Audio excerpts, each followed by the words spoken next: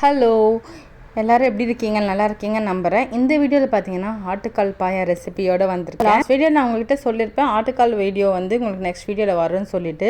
So அதுக்கான editing process எல்லாமே முடிஞ்சிச்சு. ஸோ அதுக்கான வாய்ஸ் ஓவர் கொடுத்துட்டு இருந்தேன். ஸோ வாங்க வீடியோக்குள்ளே போகலாம். இந்த ஆட்டுக்கால் பார்த்தீங்கன்னா பிஃபோர் டே நைட்டே நான் வந்து ரெடி பண்ண ஸ்டார்ட் பண்ணிட்டேன். வாங்கிட்டு வந்த பிறகு ஃப்ரீசரில் வச்சுட்டேன். நைட்டு ஒரு 7 o'clock எடுத்துட்டு கொஞ்ச நேரம் தண்ணியில் ஊற வச்சேன். நார்மல் வாட்டரில் தான் ஊற வச்ச பிறகு பார்த்தீங்கன்னா கொஞ்சம் நம்ம ஒரு ஸ்பூன் வச்சுருப்போம் இல்லையா, இட்லி எடுக்கிறதுக்கு கொஞ்சம் ஷார்ப்னஸாக, அந்த ஸ்பூனை வச்சு க்ளீன் பண்ணால் அதில் இருக்க பிளாக் அந்த தீச்சு வச்சுருப்பாங்க எல்லாமே க்ளீனாக ரிமூவ் ஆகிடும். அதை மாதிரி க்ளீனாக ரிமூவ் ஆகிற வரைக்கும் எல்லாமே க்ளீன் பண்ணிவிட்டு நல்லா வாஷ் பண்ணி மஞ்சத்தூள் போட்டு வச்சுருக்கேன்.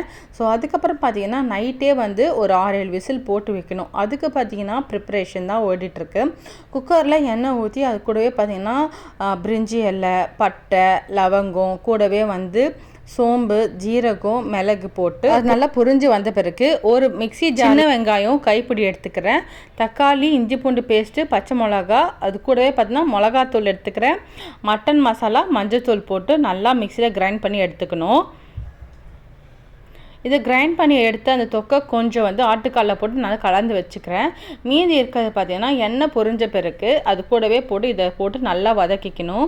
நல்லா வதக்கின பிறகு நல்லா அது பச்சை வாசனை போகிற அளவுக்கு வதக்கிட்டு இந்த ஆட்டுக்காலை போட்டு நல்லாவே இதையும் நல்லா வதக்கி எடுத்துக்கணும். இது நல்லா வதக்கி நல்லா ஸ்டீம் ஆகி வரும். ஸோ அது வரைக்கும் நம்ம வெயிட் பண்ணலாம். கூடவே பார்த்தீங்கன்னா நான் கொஞ்சம் கல்லுப்பு ஆட் பண்ணிக்கிறேன். ஸோ அப்போ தான் டேஸ்ட் ரொம்ப நல்லாயிருக்கும். கொஞ்சம் வந்து கம்மியாகவே ஆட் பண்ணிக்கோங்க.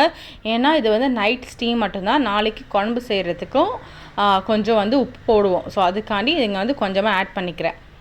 அது நல்லா வதங்கி வந்த பிறகு கூடவே தண்ணி ஊற்றி கொஞ்சமாக கரம் மசாலா போட்டு கொஞ்சம் ஏலக்காய் தூள் போட்டு நல்லா விசில் போட்டு எடுத்துக்கிறதுக்கு குக்கரை மூடி வச்சுக்கிறேன். இது ஒரு 7 விசில் கிட்ட வரணும். அது வரைக்கும் நம்ம வெயிட் பண்ணுவோம். அவ்வளோதான், விசில் வந்தவுடனே ஆஃப் பண்ணிவிட்டு போய் படுத்துக்கலாம். அதுக்கப்புறம் பார்த்திங்கன்னா இது மறுநாள் மார்னிங் பாருங்கள் எவ்வளோ செம்மையாக இருக்குன்ட்டு. இதுவே குழம்பு மாதிரி தான் இருக்குது, பட் நான் இன்னும் ரெடி பண்ணணும். ஸோ இது எல்லாமே பாத்திரத்தில் ட்ரான்ஸ்ஃபர் பண்ணிக்கிறேன். ஏன்னா இந்த ஒரு பாத்திரத்தில் மீடியம் செய்யணும், அப்போ தான் அது கரெக்டாக இருக்கும். ஆக்சுவலாக பார்த்தீங்கன்னா வீடியோ எடுத்து அந்த வீடியோ வந்து மிஸ் ஆகிடுச்சு. ஒன்றும் இல்லைங்க, நார்மலாக வெங்காயம் தக்காளி போட்டு பட்டை லவங்கம் பிரிஞ்சி இலை போட்டு நல்லா வதக்கிட்ட பிறகு அது கூடவே பார்த்தீங்கன்னா மிளகாத்தூள், மட்டன் மசாலா, கரம் மசாலா போட்டு நல்லா வதக்கி எடுத்திருக்கேன். இந்த வதங்கி நல்லா தொக்கு பதத்துக்கு வரணும். நல்லா லைட்டாக தண்ணி தெளித்து நல்லா வதக்கி எடுத்துகிட்டு இருக்கேன். வதங்கின பிறகு தண்ணி ஆட் பண்ணி அது கூடவே பார்த்தீங்கன்னா மிக்சியில் வந்து தேங்காய், கசகசா, முந்திரி போட்டு அரைச்சி அதையும் சேர்த்து ஆட் பண்ணிக்கிறேன். ஆட் பண்ணி நல்லா வதக்கிட்டு சால்ட்டோ காரமோ செக் பண்ணிவிட்டு கூடவே கொத்தமல்லி, கூடவே பெப்பரும் கரம் மசாலா கொஞ்சம் ஆட் பண்ணிக்கிறேன்.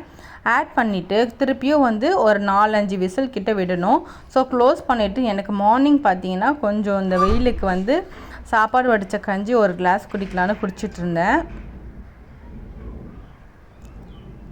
இங்கே பாருங்கள் இந்த பூ எவ்வளோ அழகாக வந்திருக்கு. ஸோ ரீசெண்ட் டைம்ஸில் இந்த பூ அம்பத்தூர் ஆண்டை இருக்குது சொல்லிவிட்டு நிறைய பேர் வீடியோ போட்டிருந்தாங்க. அதே ஃப்ளவர் தான் இங்கேயும் இருக்குது. ஸோ விசில் போட்டு எடுத்த பிறகு பாருங்கள் எவ்வளோ செம்மையாக எம்மியாக ஒரு இட்லிக்கான கிரேவி ரொம்ப சூப்பராக இருந்துச்சு. நீங்களும் ட்ரை பண்ணி பார்த்துட்டு எப்படி இருக்குன்னு சொல்லிட்டு கமெண்ட் பண்ணுங்கள். இல்லை ஏதாச்சும் டவுட் இருந்தாலும் கமெண்ட் பண்ணுங்கள், அதுக்கு உங்களுக்கு ஆன்சர் பண்ணுறேன்.